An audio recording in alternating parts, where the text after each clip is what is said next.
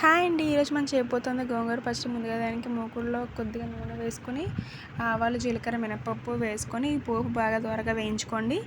పోపు బాగా వేగిన తర్వాత ఒక 6 పచ్చిమిరపకాయలు తీసుకుని వాటి మధ్యలోకి చిలుక్కుని అవన్నీ వేసేసుకోండి. మధ్యలో కట్ చేసి చిలుక్కున్న తర్వాత అవన్నీ వేసుకున్న దానిలో కొద్దిగా రుచి సరిపడా ఒక స్పూన్ ఉప్పు వేసుకోండి. ఉప్పు వేసుకున్న తర్వాత ఒక చిటికెడు పసుపు వేసుకున్న తర్వాత సన్నగా కరిగి పక్కన పెట్టుకొని 2 కట్టలు గోంగూర కట్ చేసి పక్కన పెట్టుకున్నది తీసి పక్కన పెట్టుకున్నది వేసుకోండి. మొత్తం గోంగూర అంతా వేసేసిన తర్వాత కడిగి పక్కన పెట్టుకున్నది దానిలో కొద్దిగా 3 స్పూన్లు కారం వేసుకోండి.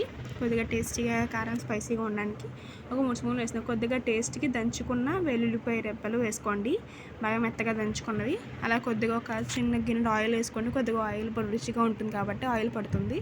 అది బాగా కలుపుకొని బాగా కమ్మగా మగ్గిన తర్వాత దానిలో కొద్దిగా చింతపండు వేసుకోండి. బాగా కలుపుకున్న తర్వాత ఈ విధంగా దగ్గర పడ్డాక ఒక కాసేపు ఉంచి 2 నిమిషాలు దగ్గర పడ్డాక సర్వింగ్ ప్లేట్లో తీసుకుంటే ఎంతో రుచికరమైన ఒక 1 వీక్ నిలవ ఉండే గోంగూర పచ్చడి అన్నంలోకి వేడి అన్నంలోకి నూనె వేసుకుని తింటే ఎంతో అంటే చాలా రుచిగా ఉంటుంది. పక్కసారి ట్రై చేసి చూడండి. ఇలాంటి మరిన్ని వీడియోస్కి సబ్స్క్రైబ్ చేసుకోండి. మస్త్ యూట్యూబ్ ఛానల్కి చూసిన తప్ప సబ్స్క్రైబ్ చేసుకోవట్లేదు, సబ్స్క్రైబ్ చేయడం మర్చిపోకండి. అలాగే లైక్ కూడా చేసి